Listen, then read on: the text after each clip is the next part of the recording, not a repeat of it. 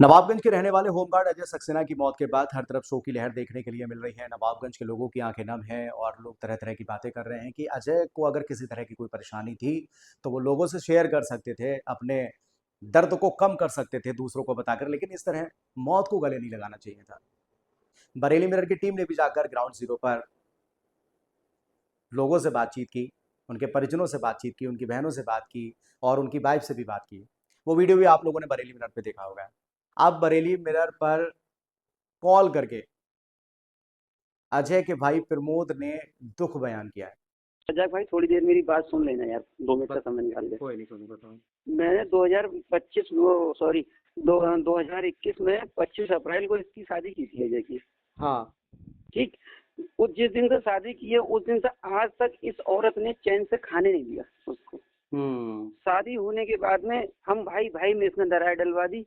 मैं उस मकान को उस रात में 11:30 बजे छोड़ के ऐसे ही चला आया। मैंने फिर अपना नया मकान बनाया है तेजपाल भैया लाइट वालों के पीछे।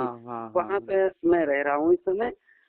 इसने बहनों से भी लड़ाई करवा दी उसकी उसकी पीठ पे कोई भी नहीं रहा, मतलब अपना कोई उसकी कहने वाला नहीं रहा। अब ये आए दिन उसको खाना भी नहीं देती थी बना के। वो ड्यूटी से जाके खाना भी बनाता था घर पे। और अगर कोई बात होती थी तो ये अपने भाइयों को बुला के उसको प्रताड़ित करती थी घर पर यहाँ पर। और अब सब इसके भाई बोलते थे। और ये एक बार अपनी ससुराल में गया था तो इन लोगों ने उसको मारा भी था वहीं पर। डिप्रेशन में आ गया बहुत ज्यादा वो। कभी तो मेरा भाई क्या मुझसे छुप छुप के मिलेगा। मुझसे जब छुप के मिलने आता था वो तो मेरे बच्चों से कहता बेटा बाहर खड़े रहो तुम, नहीं तो वो आ जाएगी तो कलेश करेगी यहाँ पर। एक दिन वो मुझसे मिलने आया तो मेरा भांजा यहीं पर था तो वो इसके डर के मारे लैट्रिन में घुस गया था जाके। और वो समझा कि ये चली गई वहां से तो उसने किवाड़ खटखटाई और इसने देख लिया तो वो तांडव हुआ मेरे भाई यहाँ पर कुछ कहने के लिए। अब क्या हुआ, बहनें भी अलग भाई भी अलग, चाचा से भी कोई मतलब नहीं है। वो पड़ गया अकेला। इसकी जैसी होती थी तो वो जब डिप्रेशन में ज्यादा आ गया तो उसने ड्रिंक करना चालू कर दी। अब वो ड्रिंक करता था, घर पर जाता था, फिर कलेश होता था। अब क्या हुआ, कल सुबह से ये इसकी जो पत्नी थी बच्चों को स्कूल से जब लेके गई है तब से इसकी पत्नी गायब थी घर से।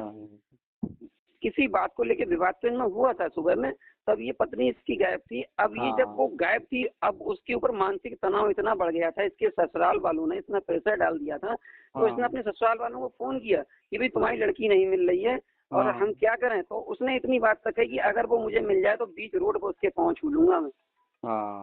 उसने कहा बीच रोड पर उसके पाँव छू लूंगा, मैं क्या करूं।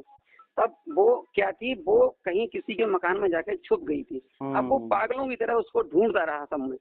जब वो कहीं उसको नहीं मिली, हमारे यहाँ भी आया, हमारे चाचा के यहाँ भी आया।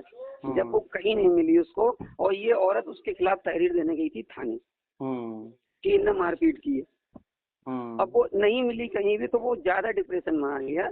तब उसने पॉइजन खाया है और मरने से वो 4 बजे के समय जब मेरे पास वो आया था तो मुझसे बोला कि भैया वो सुबह से मिल ना रही है और हम बहुत परेशान हैं, हमारे ससुरालिया हमको मार देंगे बिल्कुल। हमने ससुरालिया क्यों मार देंगे, अभी तो हम जिंदा बैठे हैं, कोई बात है बात करने से हर समस्या का समाधान होता है। तो वो डिप्रेशन में ज्यादा था तो हमने कही तू अपनी औरत की बात मानता है बेटा, अगर तूने किसी घर वाले की बात मानी होती तो ये स्थिति तेरे सामने नहीं आती। तो हमसे बोला कि भैया लो आज के बाद हम तुम्हारे दरवाजे नहीं आएंगे। फिर वो हमारे घर से चला आया। हमें नहीं पता भैया उस समय उसने पॉइजन खा लिया था या बाद में खाया। अगर इसकी कॉल डिटेल निकल आई तो दूध का दूध पानी का पानी सब हो जाएगा। इस औरत ने सिम भी तोड़ दी उसकी और ये मोबाइल भी नहीं दे रही है उसका। मैं बहुत परेशान हूँ, मेरा भाई गया है सर। वो तो सब मिल जाएंगे लेकिन भाई नहीं मिलेगा। भाई नहीं मिलेगा। हमें बहुत ज्यादा दुख है, हम क्या करें, हम बहुत परेशान हैं। जिस बच्चे को गोद में खिलाया आज उसकी अर्थी को कांदा दिया हमने, आग लगाई उसे। वो उसको खाना तक नहीं देती थी, 4 दिन से भूखा गया है मेरा भाई।